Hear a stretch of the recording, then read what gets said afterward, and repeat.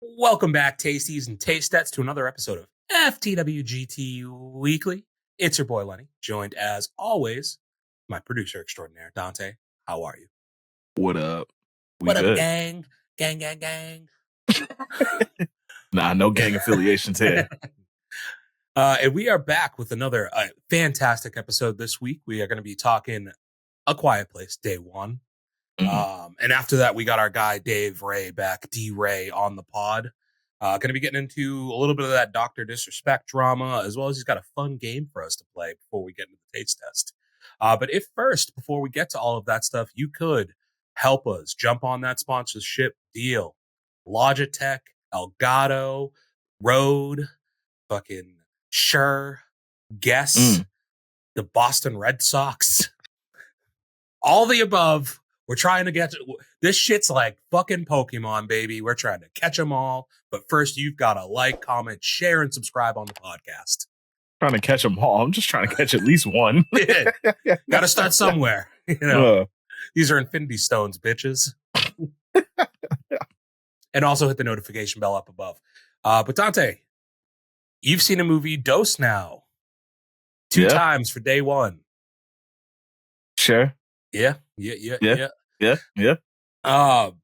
So Quiet Place Day 1, you have recently also watched the other two movies of the trilogy now for the first time.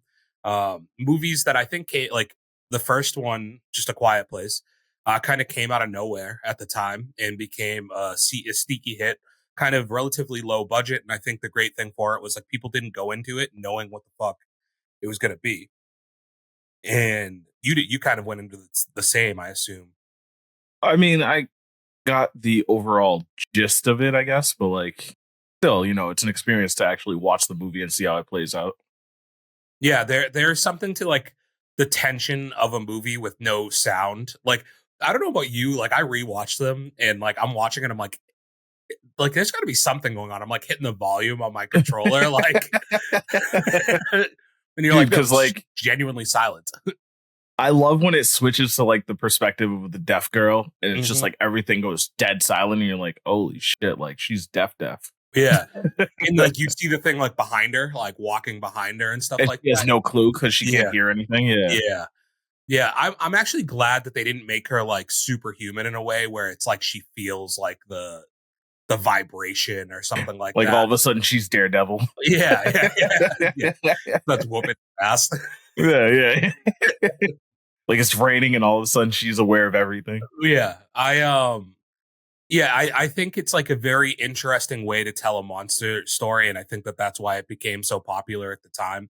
And I think the thing that's most impressive with these movies is like through their popularity, you can see from 1 to 2 to 3 now, the production value is just like increased and like, and it's not to the detriment. Like, I don't think so much of the stories either. Like, and we'll get into it with this one maybe, but I think especially in the first two, you still felt that the core values of the movie were there, that it's very much about that family protecting each other and like dealing with the loss that they have to deal with and like how crazy this fucking world is. And like, you feel the stakes are so high with every noise that they make, right down to like them focusing on them, like stepping on glass. And the fact that in the first two movies, they walk barefoot like everywhere. It's crazy how much the audio is an experience for a movie that's based around silence. Yes. Yeah. It just accentuates those points so much more. And it takes me back to even like they set up the nail part in the first movie. And that's arguably one of the most like, oh my God, parts of the movie too. Like it's crazy. I've seen that since Home Alone when I was like a little kid, and it still fucks me up every time I see somebody step on a nail. And she handles it with like so much better than Marv did, dude. Like, but like, bro, she took it like a G. Mm-hmm. She also Emily Blunt at the end of that movie is a boss. Like, she's pregnant, just like about to give birth, just holding that shit in, navigating through like that wasn't even the end of the movie. That was like halfway through the movie. Yeah. But she's like giving birth and shit. Yeah, and having to just like get through it. She's like, I gotta go Yeah. turn on these fucking lights so that they know that there's some shit going on. But also, I'm having a child. Also, I'm gonna step on a nail. Um, Yeah. and these monsters are gonna be in the house with me the whole fucking time.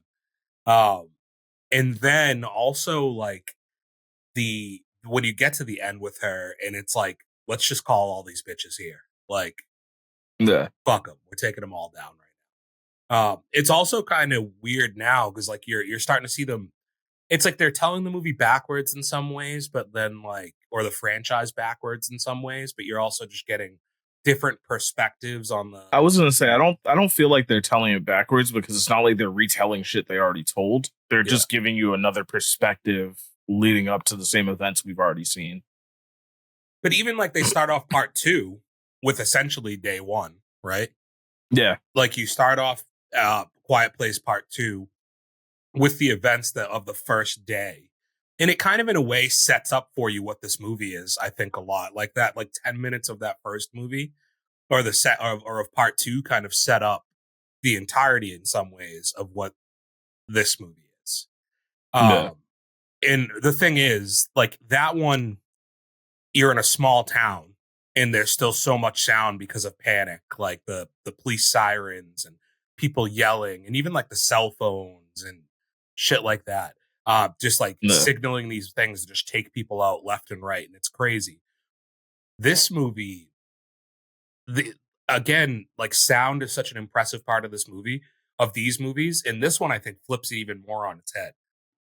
Cause I said it to you like after we were leaving, I'm like, dude, New York City is the loudest place I've ever fucking seen. Like, Well, that's even what they say in like the intro when they're doing like the scrolling text. mhm. And it was like, oh, like New York City at any given time has like a constant decibel rating of like 90 decibels or something like that, which is like the sound of a constant scream. Yeah, it's you just like are dropped into the city and you're like, this is disorienting. For what, and especially for what these movies have to turn into, it's so disorienting for how loud everything is, like all like going on in that city at one time. Yeah. And you're basically just watching the first like 20 minutes of this movie, like waiting for the inevitable because you're like, oh, like this person's fucking yelling over here, like this is making noise over here, and everybody's living their life so casually. And now that you know what's going to play out a lot better, you're like, this is going to be a bloodbath, right? Um, Yeah. and it very quickly turns into a bloodbath. Before we get into too much of the movie, I think I saw the numbers, but do you want to just let us know how it's doing so far? Uh, so far it is opening at 53 mil. It's the best opening for one of these movies so far. Yeah. Do we have a budget? 67 mil. Okay. And you have another week until nothing really significant comes out this week, right?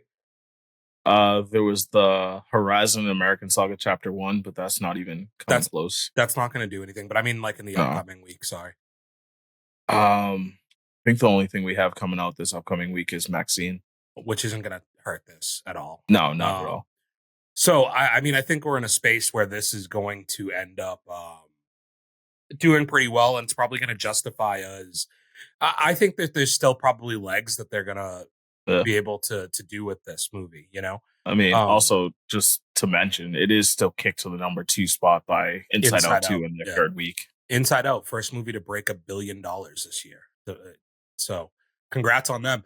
Kind of crazy. A couple weeks after the Dune director was like disappointed that nobody had beat his movie for the year yet, and Inside Out was just like, all right, hold this real quick. Like, hold my beer. Yeah, we're gonna go do some shit real fast, dude.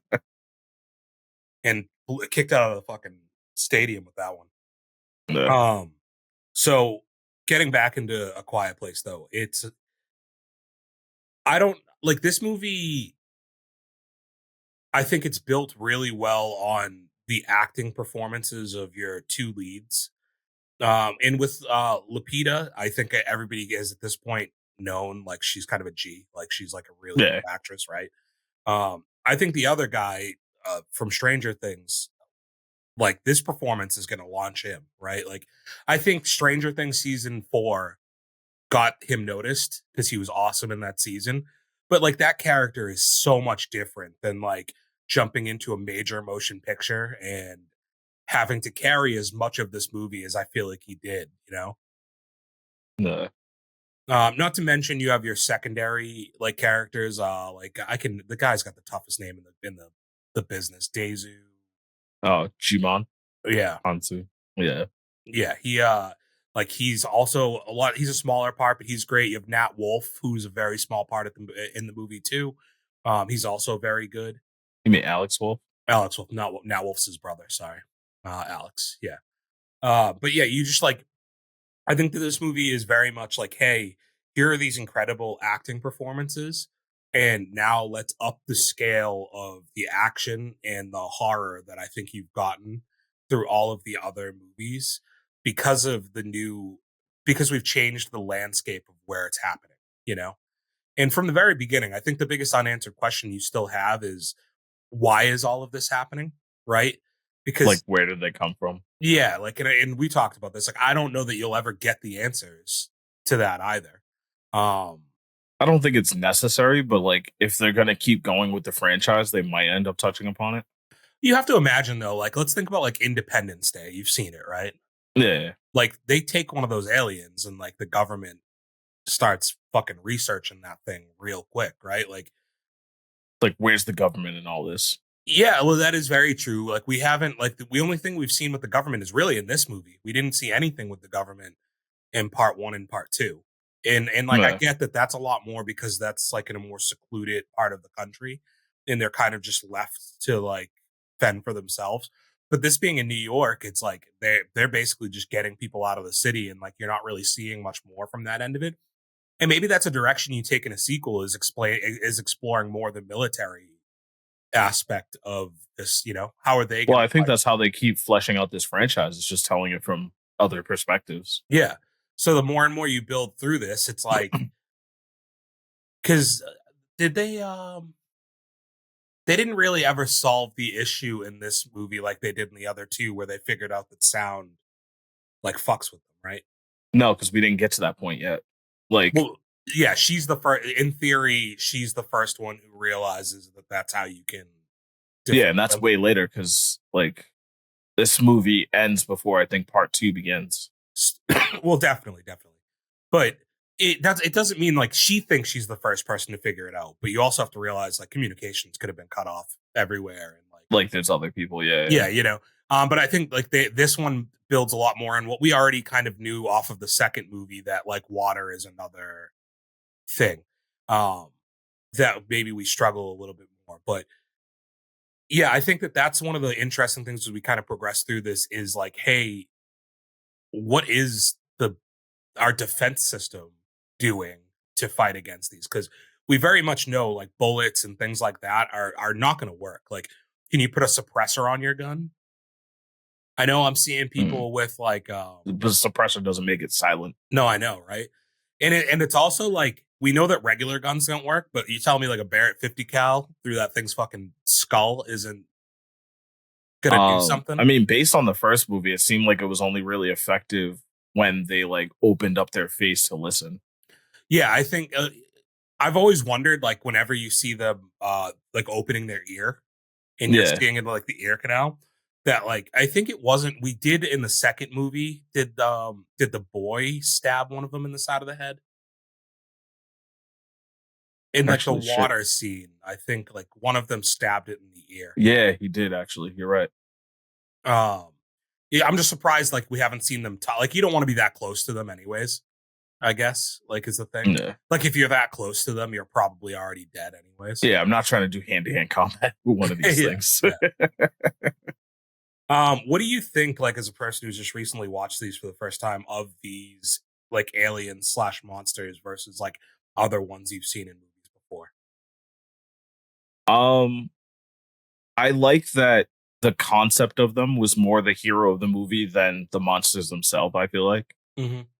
because I feel like the monsters themselves aren't that complex. It's the whole focus is how you move around them. Did you sense a change in the versions, you know, the first movie to like this movie in the scale of them in a way? They do seem bigger, yeah. I think it's like the first movie. This is where I was talking about like the production and stuff has changed significantly. I think the budget of the first movie, you didn't really have these slow shots on them in the first movie, right? It was a lot more like they would just like jump onto something and then be back out of frame a lot of the time Yeah, I mean, I guess the only time you really had them like constantly in frame was in in the the house, basement scene. Yeah, in the house, and also in the silo, yeah, right? yeah. Um, but even those, I feel like are not very much like. I think it's a little easier the steady cam shots in the house where it's just them slowly walking through a home. But yeah, even to your point on scale, when they're walking through the house, like they're just kind of walking through door frames and stuff like that. Well, yeah, no. So like in the first and the second one, they're basically like your size of like your average adult person, right? Versus in this one, they're almost like 2 to 3 times the size of a person. Yeah, they're like this one. They're stepping like slowly into rooms and stuff like that, and like you're seeing like dust kick up from like every foot that they put down or hoof. Like I don't really know what that's called. Um, but you know what I mean? Like it's like you feel them a lot more in this movie, and it just feels like they're a lot bigger in this movie. You're also one of the craziest aspects of this movie is in the last one, there's a lot more in the first two, there's a lot more of like it's just one of them kind of like hears something Yeah, off because in I the think even in the distance. first one, like they were counting off the ones in their area, and there was only like 3 or 4 in the area, And it makes sense, right? Because there's not a much as much of a quieter population. area. Yeah, Yeah, it's a wider space, not as big of a population, probably searching for noises and they're not getting nearly as much out there versus you stay in a place like New York City and like it's just plentiful at all times for them to and yeah. I guess it's another question is like what is their end goal? Like are they just like And that's where I feel like that's where the hunger for an origin story on them comes from. Is like you want to know what their motivating factor is, like why are they here, that kind of stuff, and that's stuff we just don't have answers to. do they have a means of communication? Because it seems like they did in this, right? Because of the And this, scene like they called out, right? Yeah, there was the scene where they're in not really a spoiler, I don't think, but it looks like they're almost in like a nest. It's not really a yeah. nest that they're in, but doesn't he call for Yeah, more because of he them like to looks come? up and makes like a weird like sound, and they all just jump down. Yeah. So like, is there a queen? Is that like, like there's like all these things that you're kind of like, we just know these things to be kind of reactive killing machines that are feeding off of us at this point, but I don't really understand. Is their sole purpose just to like wipe out civilization? You know? Is that kind of like do you think this is interesting? Are they like a larger alien form of like locusts? Like I don't know enough about locusts, but like I don't know anything about them. my impression of them in my head is like they just like flock, like they come around once ever, however many years, right, or whatever. They're an apocalypse. They just roll through and just wipe out wherever they're going to. Yeah, I Like I mean, think in the first Mummy movie, like locusts show up and like are eating people's flesh.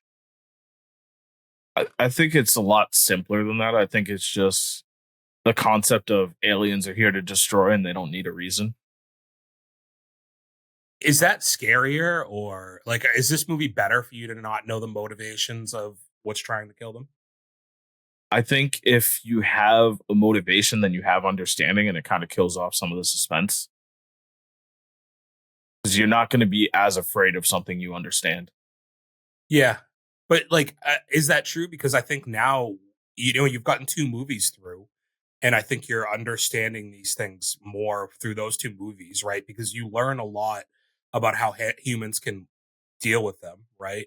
Yeah. And now you get to this movie and I think all they had to do is change the landscape and the scenery and like you've refreshed the movie all over again.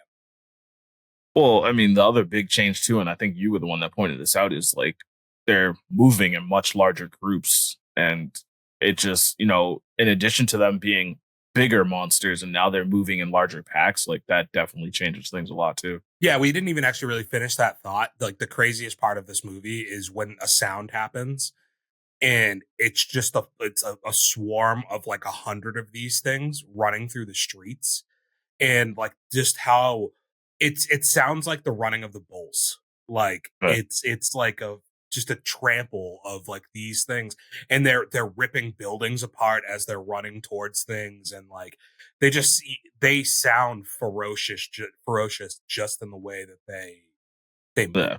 you know? I mean, this is definitely a movie theater movie. Like, Yeah. visuals and audio, like all of that. Just like, Yeah, you get everything out of that Dolby like cinema experience in this movie 100%. 100%. yeah. Like this is a real proper like kickoff to like I think like things like Inside Out are obviously summer movie. We've gotten some other ones recently, but like this feels like it's got like that true summer movie theater experience to it. And it's kind of crazy because it's not a traditional action movie that's giving you that feeling either.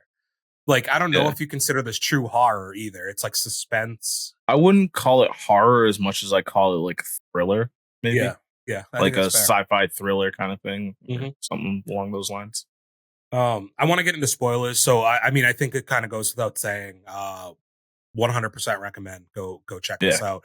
If you haven't watched the first two, you don't have to see them to like understand or appreciate this movie. I don't think, I mean, it has like almost no link to the first two aside from Jimon Hansu's character. which you wouldn't even understand the link in. Like, you could essentially watch this movie or the first A Quiet Place as your entry point to this franchise and watch them in the order. Like you could go with this movie, then just A Quiet Place, then part two. And I think Yeah. still very much understand, or maybe like I think that's an interesting I experiment. still think you should watch part one first before anything, because I think part of the just like not knowing what's going on at all is part of the experience of the movie. But you're also building in scale through these movies to watch it in the correct Yeah. order. But I do think it's an interesting thing to go back now and see how the movie plays if you watch this first and then go to like the quieter area of the country and kind of see it play out a little bit. But yeah, I think you could watch this without any of the background and still really like it. But Yeah. I think it's worth watching the other ones to kind of know what you're getting yourself into a little bit. Um, and just like I don't know, the family 3, 2, 1 spoiler. Spoiler. Um,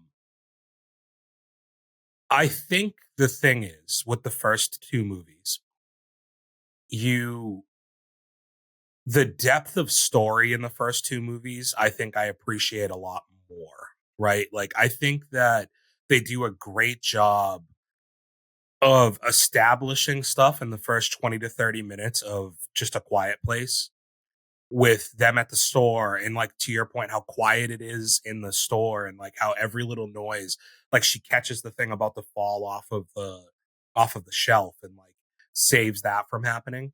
Um, to her like trying to be a good older sister and giving the kid his toy back and like that leading to the death of like their youngest brother Yeah. and how that kind of sets up this whole like this the family story through the whole movie to the point where I think you can emotionally like understand why each character is the way that they are. You can understand from a kid's perspective being like, my dad doesn't love me anymore. And like having this like self hatred for yourself because you feel responsible for what happened to your little brother.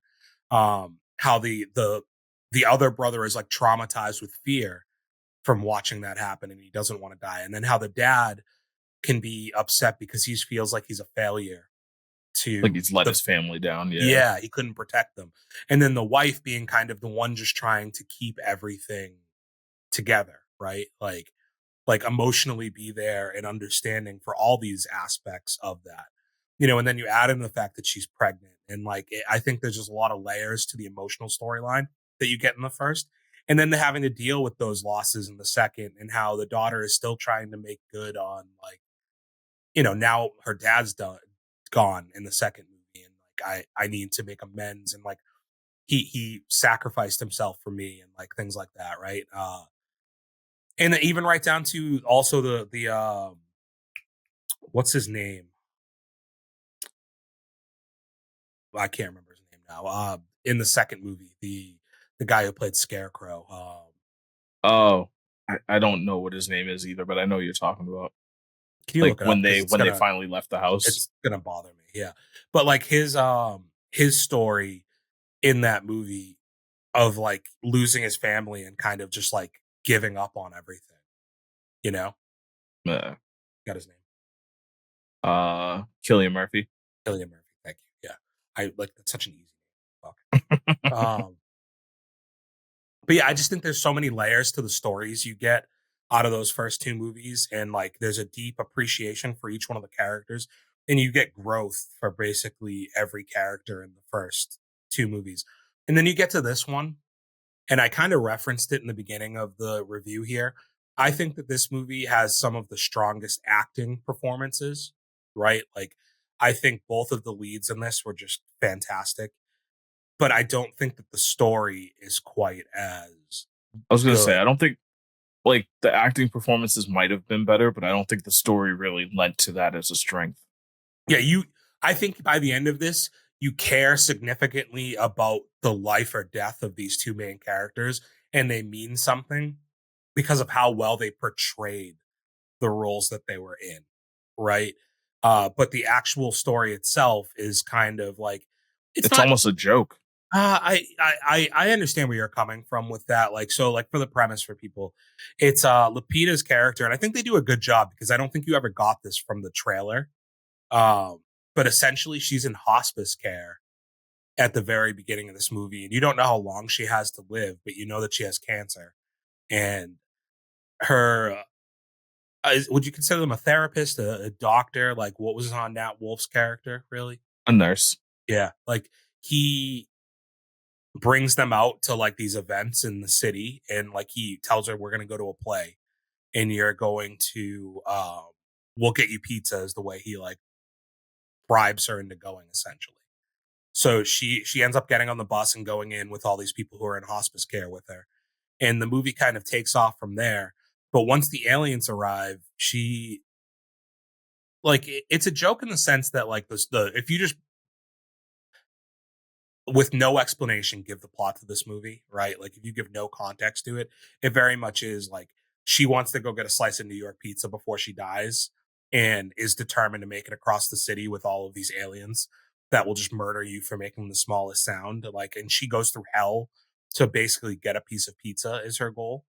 I think if you just say that plot with no explanation, it sounds like a joke. I do think Yeah, part I'm not of saying that. the movie is a joke, but I'm saying that whole part of the storyline. But you have to like I think, but that's giving leaving out the context, and like the context is there. Like the woman has cancer. Like she doesn't feel like she has anything left to live for anyway, right? I And mean, that, we get the context like later on in the movie on why she was so hell bent on getting the pizza, but like but even I from the want to very say for like beginning, the better half of the movie, like you're just like, what the fuck is going on with her? Like, why is she so set on getting pizza? And like, but I why is think he? you get it even in the very first scene of her in that group session with the poem that she writes for them. Like she's angry, she's mad at having cancer. She's like this whole prospect of like like she feels like she's already lost this battle, right? Like she is given into the idea of death. Like she is defeated by this idea that this is coming for her, and she's essentially given up. And her one last thing she wanted was this pizza, and that was the whole reason she got on that bus to begin with. And I think that that's where it's like if you just say the premise without that knowledge, it's stupid. But I think when people are in that situation, like that's her last thing to hold on to. Like they if she was to just die, I think it's less fulfilling to her. And I think that the one last thing she wants to accomplish in this life is getting back to, and to your point, you find out this later in the movie, and I think it gives better, even more context. But like you get to this point where it's like, it's not so much the pizza, it's getting back to what that meant to me.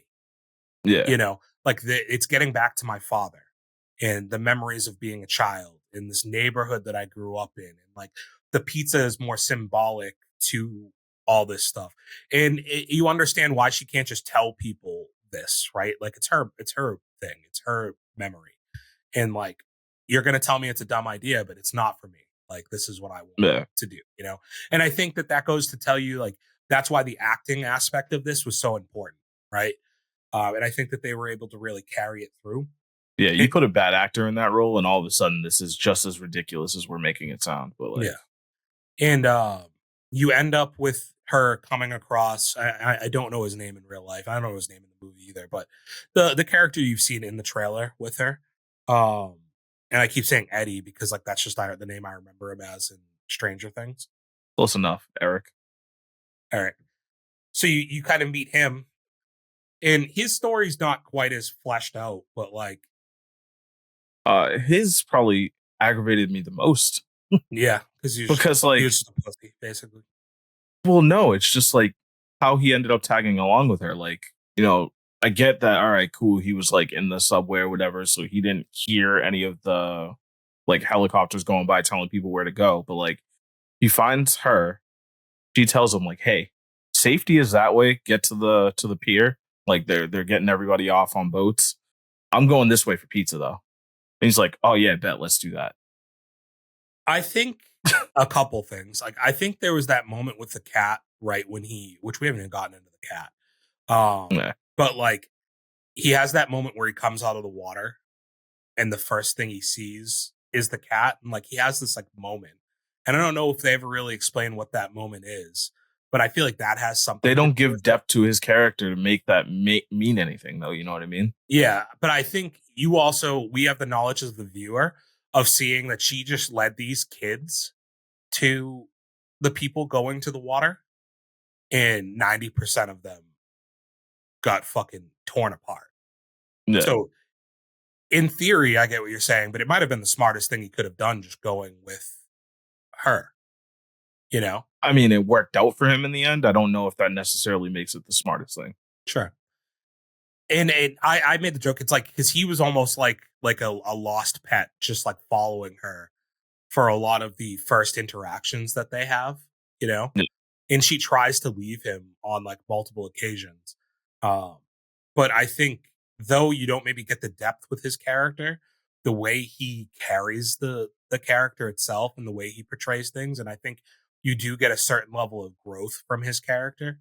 Because he's still pussy through most of it, but like the scene in the nest, I think if that happens 30 minutes earlier in the movie, he's dead. Like he's a goner, right? But he's grown enough that he's able to have this thing basically right in his face and keep himself together because he knows he has to get back to her, basically. Because you think back, right before that is the scene in the subway where he essentially Yeah. almost gets them killed because he can't hold himself together in the He's having a water. panic attack. Yeah. Yeah, you know. So I think just that those little things alone, you see growth in the character, even if you're not getting the depth and story to his character. You know, um, so I think that this is an important question because the cat is the cat a great character in the movie or is it a bad character?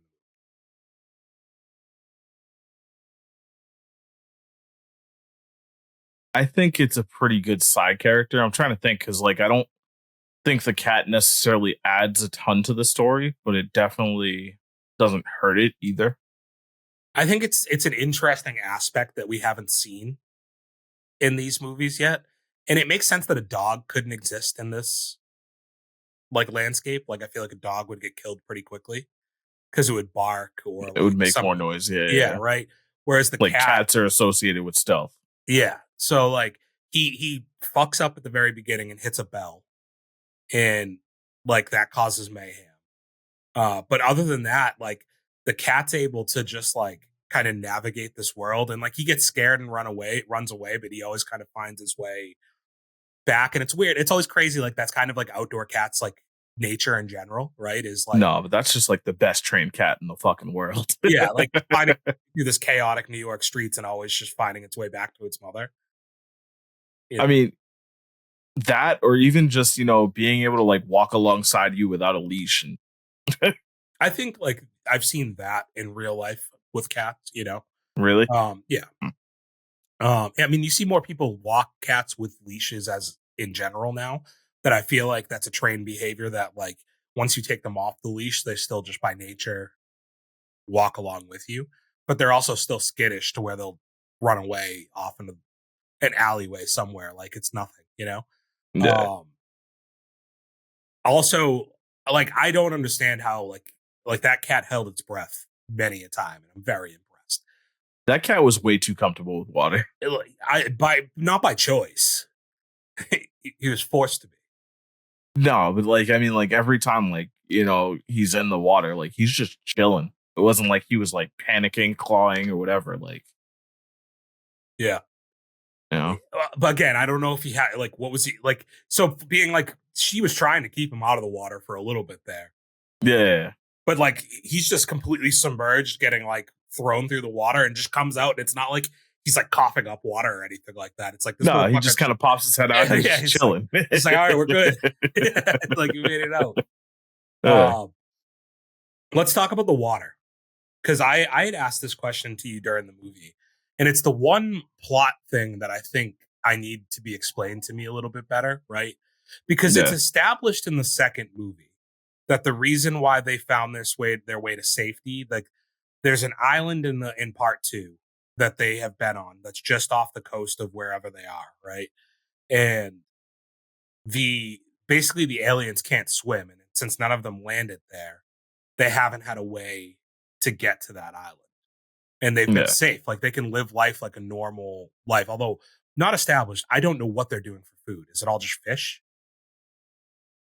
I was thinking about that too. Like, I guess crops and fish make sense, but like, Yeah, I don't know. I didn't see any crops, and I guess you don't know how long they've been there because crops don't just pop up overnight. Like you have to be in season. You I have mean, the to. island was also big enough for them to have to like drive all the way to that radio station. So I don't know how much how vast the resources are there, but maybe there's more than we realize. Yeah, fair.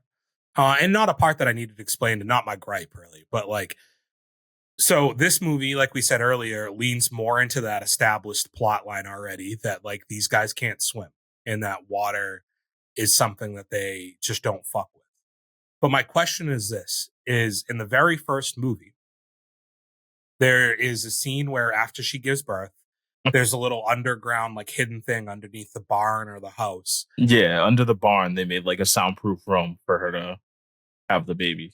Yeah. And through the chaos in the house before she gives birth, a pipe gets broken and the pipe is letting water flood in to where her soundproof room is. So she wakes up and the room is flooding and she looks and one of the monsters is in there with her, right? Yeah, Which I think like they are kind of up and down with how acute the noises that you can make that attract these things are because when it's that close to you, I even think like moving through water, although I guess like they've established like there's probably exterior noise with the water hitting and stuff like that. uh, basically they've made it out so that like ambient noise can cancel out the noise you're making. Yeah. So I think because there was already water running into the water, that was making enough noise that it was masking her moving through the water. Yeah. So she goes to get her baby. And in this scene, it's the one even when I watched it the first time, because having gone back and rewatched this and then known in part two what they established with them for water, I think this scene's so weird now in retrospect because the monster goes underwater. It like intentionally puts itself under the water and then pops up in front of her. And I just have to think personally that they had wrote that in not knowing they were going to get a sequel. Yeah, It's they didn't write a weakness for them yet, I don't think. it, they had one weakness in mind and it was the sound, Yeah. right? Like cuz you get that as a defined weakness.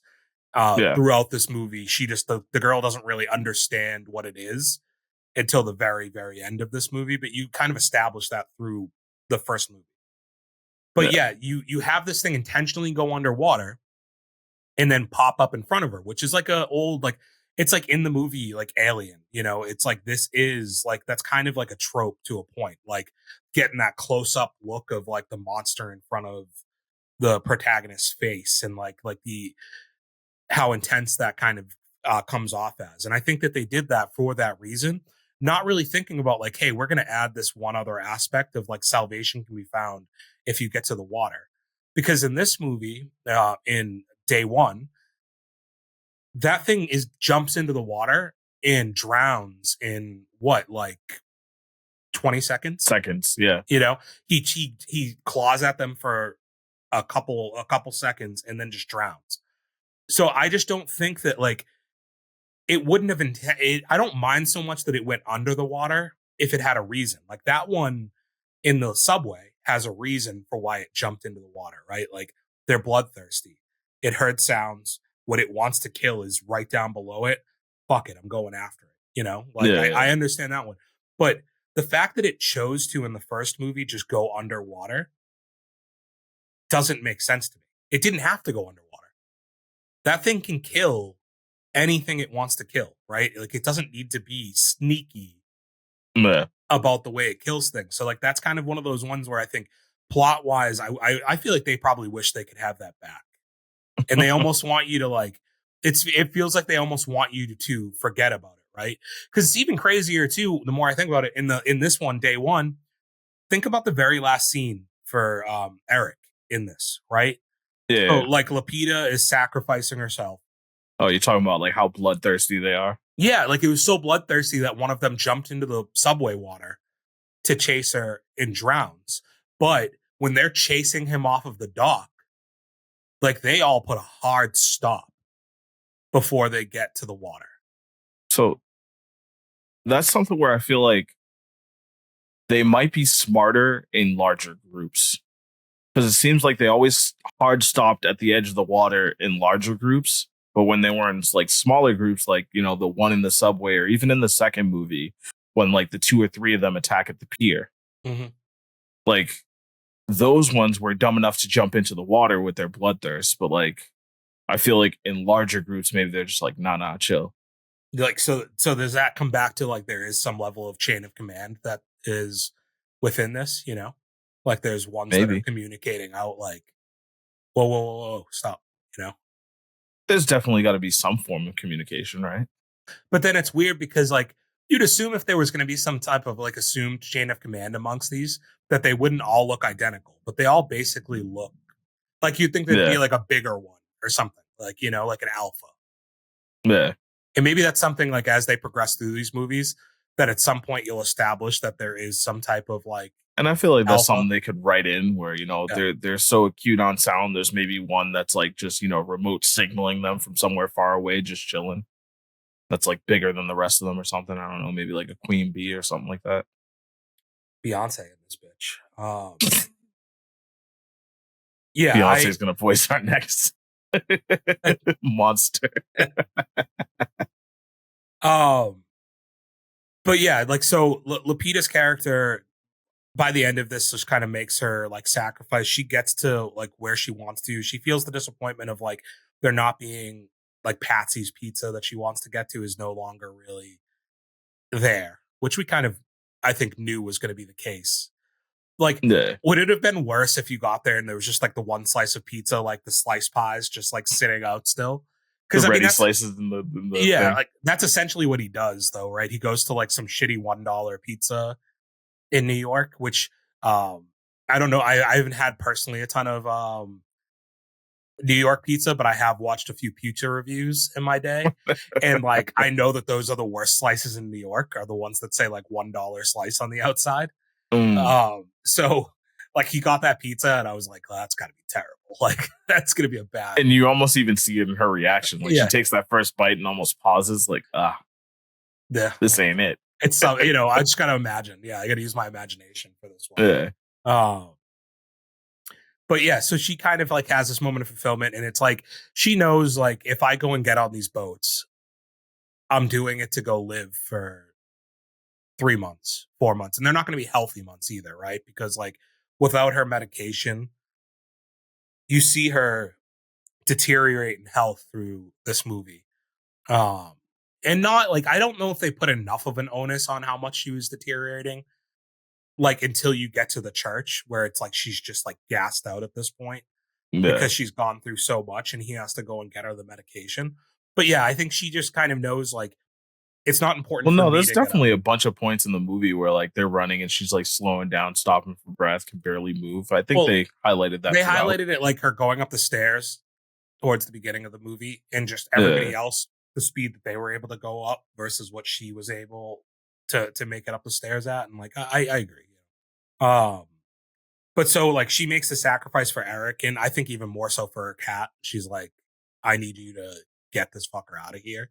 I need this Yeah. cat to outlive me by a long time. I want to go back and watch part two. And did we just miss this cat like somewhere on the island? That'd actually be sick.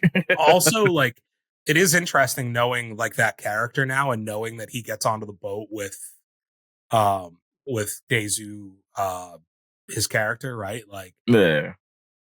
but you don't see him in part two at all, you know? So does that leave us to think he goes his separate way somewhere? Does he die? Like, because like we don't know where these guys. I guess we still don't know how they get to that island because I don't know in Yeah. reference to New York City where that island is. Yeah, I mean, there's a few questions, right? Like they're on the boat and fucking Jimon is like, stop the boat. Like, as far as I know, he's there just like everybody else. Like, hey, I heard the calls. I came for the boat for salvation. What kind of clout do you have to tell them to stop the boat? I mean, I think that's just being a good Samaritan. Yeah. I mean, we were still talking like that boat's just taunting these motherfuckers from the water, though. Just ripping on that foghorn. Yeah, it's like, yeah, you bitches can't get me. Who cares? Mind you, they're going up to a bridge, so like I know Which the I thought bridge we is blew all of those. well, so they blew out the middles of them so that they couldn't like cross them, but I'm pretty sure they could still get pretty far out onto that bridge to be able And to then just like jump. Yeah. jump down onto them. Yeah.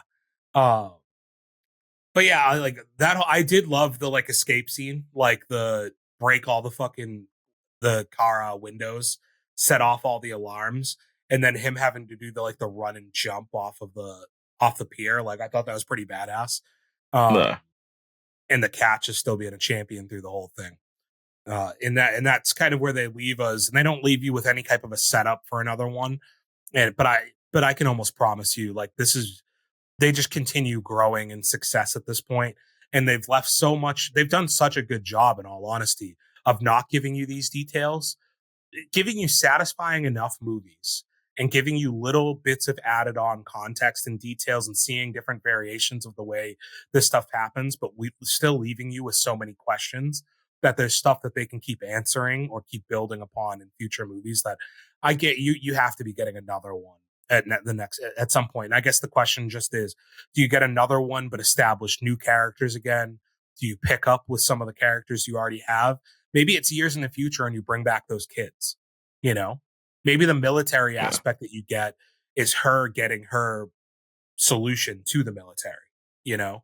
Mm. Like, I think that there's just a lot of different interesting ways that you could take this, and it's kind of exciting to see where it's going to be going, you know? Yeah. Um, No, definitely. so let's give our rankings here. Oh, shit. I think this is another one I forgot to rank. I clicked on 2023 by accident.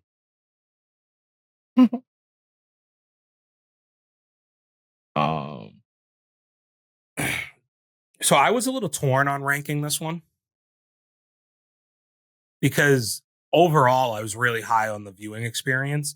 I think the thing that made me knock it down a peg was what we talked about, where the story itself wasn't like the strongest in the world.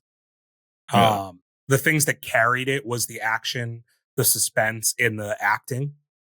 Like those three things carried it heavily for me, and I really highly recommend it for those reasons.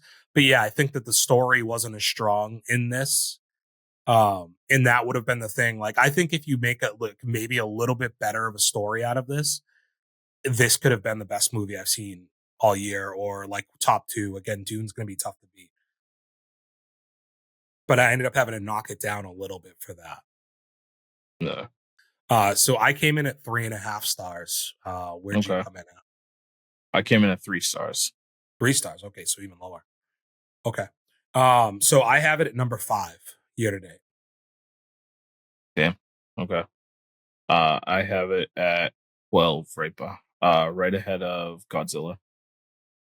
Yeah, see, like I put this in front of Civil War. I think that this is a better movie than Civil War is.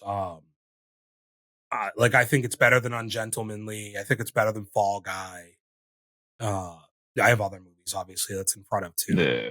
But like, I think Furiosa is a little bit better than it. Like they're kind of to scale on it with each other, but I think Furiosa is a tad better. And then I have like Planet of the Apes or Kingdom of the Planet of the Apes, visually and everything. I think just is like so far ahead for that reason.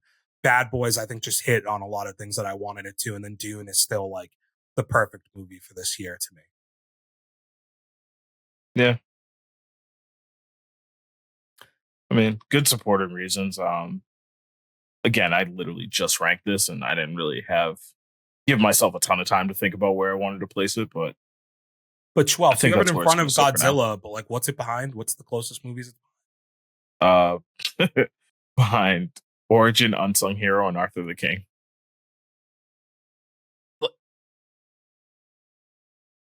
Dude, Yeah. Yeah. No, it might move. dude, It's probably gonna move. you are This gassing on Sung Hero and Arthur the oh King so much, man. Like they're fine those movies. movies are great. No, dude, no, no, no, no. Like Whatever. they're perfectly fine. I liked them. This is better than Unsung Hero, dude. For you. Like um, Origin's fallen out of my top 10 now. So Oh, it's already out of my top 10, I think. yeah, but you put this behind it. It's funny. I Oh, have never mind. It's 9. now. To be fair, I have Origin at 3.5 stars, and I have this at 3.5 stars. Yeah. So you only have Origin at 3 stars. I have it at fuck, how do I change the view? Shit. Just click on the Learning how to use Letterboxd again. just click on the movie and then scroll down a little Yeah, I have it at 3.5. bit. So is this your first 3 star movie then? Yeah. All right. I think you're overrating a couple. I'm not saying Origin, but I'm saying Unsung and Arthur are fucking overrated. This is probably underrated a little, in my opinion, on your list. Fine. That's why we have our own list. Fair, fair, fair, fair. And we are entitled to changing them at the end of the year. So, um, cool. Let us know what you thought of this movie. Where does it stand in terms of if you've watched all three movies at this point? Is this the best? Is it the worst? Is it in the middle? Did you like the story? Not like the story? Is there any actors we missed that really stood out in terms of their performances? Were there any plot holes or anything like that that we might have missed as well? I'd be interested to hear. What do you think of the water thing? Am I right or wrong on that? Like that they kind of did that stuff in the first movie and then forgot about it in the last No, ones. I think you're spot on that. Yeah. Maybe somebody has a different perspective. There's always stuff you miss, right? Like, so Yeah. maybe there is a detail that I'm missing from that first one.